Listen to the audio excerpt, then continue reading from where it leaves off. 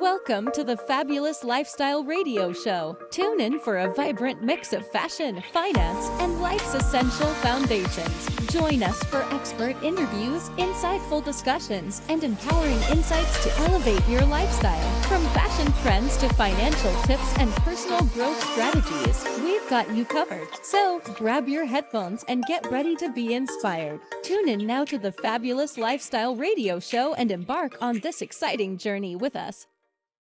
And we're back to the Fabulous Lifestyle Radio Show. I'm your host, M. Teresa Lawrence. We're here with Jeanette McDermott, who in the last section shared her journey from journalist to author.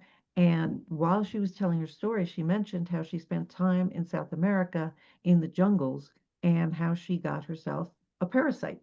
And now I want her to share how she got into those jungles in the first place, how she got the parasites, and what happened as a result of that.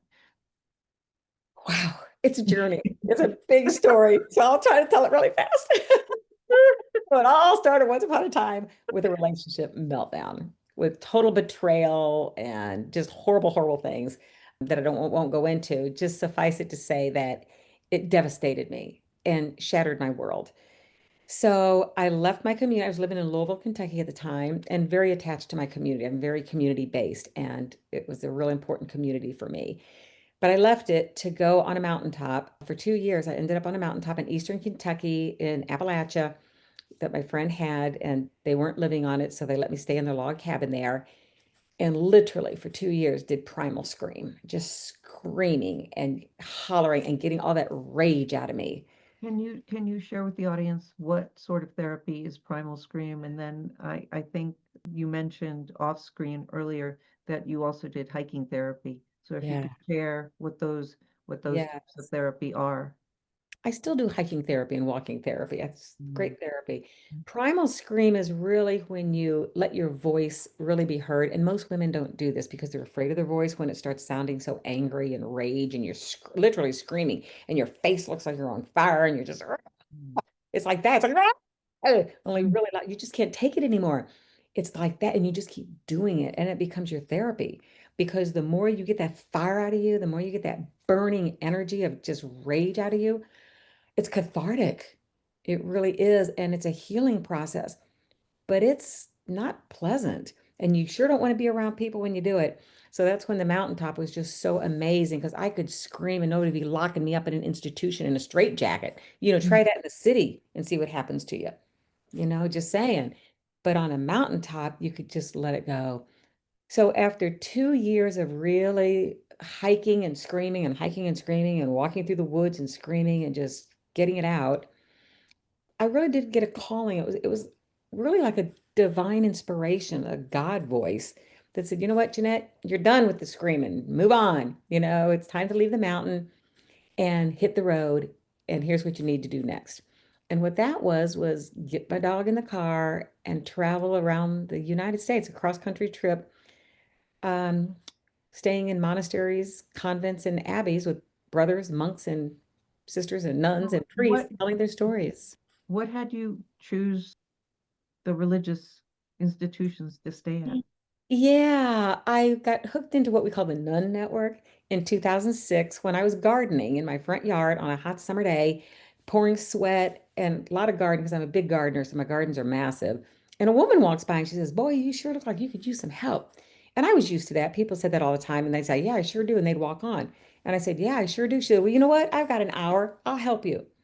Huh, So in that hour, she rolls up her sleeves. We're gardening that's together. so wonderful. I know it was magical. It was Deborah Kill. So Deborah starts telling me about the nun network that she's a part of. And she said, "You would love these nuns. You would love these sisters. I'd love to connect you. Why don't you go to on a retreat with me? I've got one coming up next weekend." So I did with the Franciscan sisters in Clinton, Iowa. I loved it. I'm not Catholic. I loved it so much. So I got hooked up with the nun network and I've been with them ever since that moment when Deborah decided to help me Yeah, garden a that day. moment of kindness changed her life. Yes, in many, many ways, because this nun network has taken me many places. So, wow, Talking to where your did we end up? where are we in this parasite story? in this story. So you were guided to go visit the monasteries, the Yes. nunneries. Yes, because I was doing filmmaking at the time. I was a filmmaker, a video documentary, like journalism only with video instead of words on paper. And so I knew these nuns and sisters and brothers had amazing stories to tell, and nobody told their stories because they don't have money to pay for these kind of stories. And they were stories of their spiritual connection to earth, eco-spirituality. And I love that. I've always been an environmental, activist. So I decided, you know what, I'm just going to tell these stories. And so one of the Sisters of Loretto, started me. They gave me money to seed my journey, which was a beautiful thing. And then from then on, it was part of the Nun Network. Once I was finished with that, they'd call the next place, the next state, and say, Jeanette's coming with her dog, Reg, and their dog sleeps with her. So you got to make sure he can be in the convent or the abbey. I did that all around the United States. It was Oh, amazing, amazing. So when I finished that year, 7 documentaries later, and all those convents and abbeys and monasteries later, Red ended up dying in my arms unexpectedly. Just he had been incubating a tumor the whole time we'd been traveling, and I thought he was just gaining weight, because I was gaining weight too. Because the nuns feed you really well, and so do the brothers and the priests. So when he died, it was like another voice just came in and said, Jeanette, you're free. It's time for you to finish the healing process alone. Go to the jungle and do your work there. And so I did. I began contacting biological field stations all throughout Central America saying, hey, I'm a photojournalist. I want to come and tell stories of what the scientists are doing to preserve rainforests and conservation. And no money. I don't expect any money. I just want to do it. I want to come and tell the stories. And I kept getting rejection letters saying, well, you're not a PhD. You're not a scientist. We can't let you in. Only PhD. This is a sacred territory, sacred ground. You can't come. You can't come. You can't come. Well, there's one woman who owns this particular biological. She says, yeah, come on to Costa Rica. I'd love to have you. We'd love to tell our stories. That's how I ended up in Costa Rica. So every 90 days I had to leave because I was on a tourist visa. I wasn't on a journalism visa or an education. So every 90 days I had to hike out of the jungle, get on a boat, get on a bus, go to another country. So when I was in those other countries, I was going to raw, really edgy places to get stories. And those were places in the pueblos, way in the hinterlands, way out where there's no electricity, no running water, and just pits in the hole, everybody shares, and then there's no running water, so you don't have any hygiene.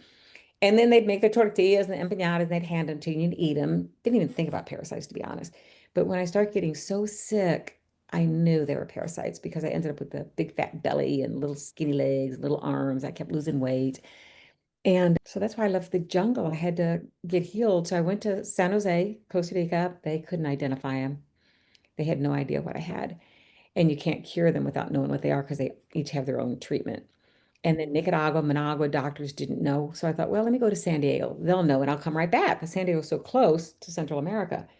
I get to San Diego and the hospital, the clinic says, man, where have you been? We've never seen these parasites. And I've been in some pretty brutal places, including a garbage dump where I was teaching youth photography and filmmaking, how to tell their stories of what it means to live inside of a garbage dump and dream of a better future. So I really had some bad situations where I was, getting these parasites. So I'm in San Diego and they said, you know what? There's one place there's only one place we can send you, and that is St. Louis University's medical research facility for parasites. And that's in my hometown. I couldn't believe it. Almost 40 years later, 4 decades later, I end up in the very same place that I had left to do my life. And so I did. I came to St. Louis and ended up in the research facility. And the chief of gastroenterology said, there's nothing we can do for you other than take out your large intestine, put you on a bag, half of your small intestine, and a third of your stomach. You're nuts. You're crazy. No, I'm not going to do that. So I left. I checked myself out of that research and went to an acupuncturist and got healed. Took a year and a half, got healed through needles. And he lit the needles with fire to pull which was cool, very metaphoric for me because the primal scream was all about fire.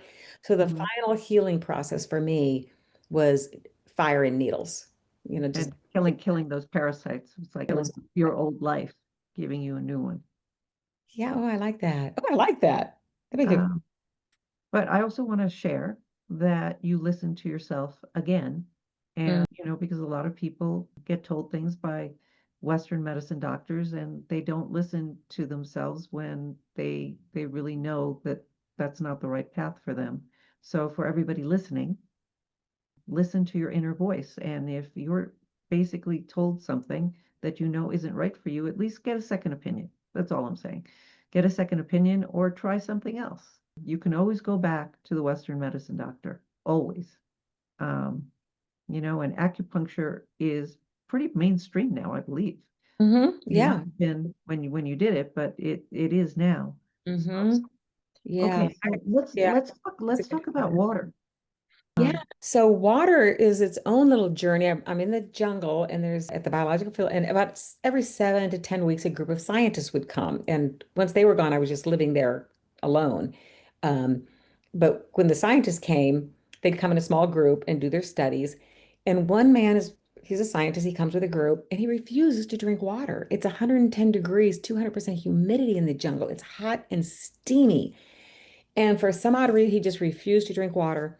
And he almost died. He actually, I don't even know that he lived, because once he got medevaced out, we don't have any communication, so I have no idea whatever happened to him after that. But he collapsed, and it was a chore getting him out because we were so deep in the jungle. And it's not like we had radio contact. We only had a marine radio because there's no electricity, there's no running water, there's nothing. You're totally off the grid in the jungle. So we get him out, and then who knows what happened after that.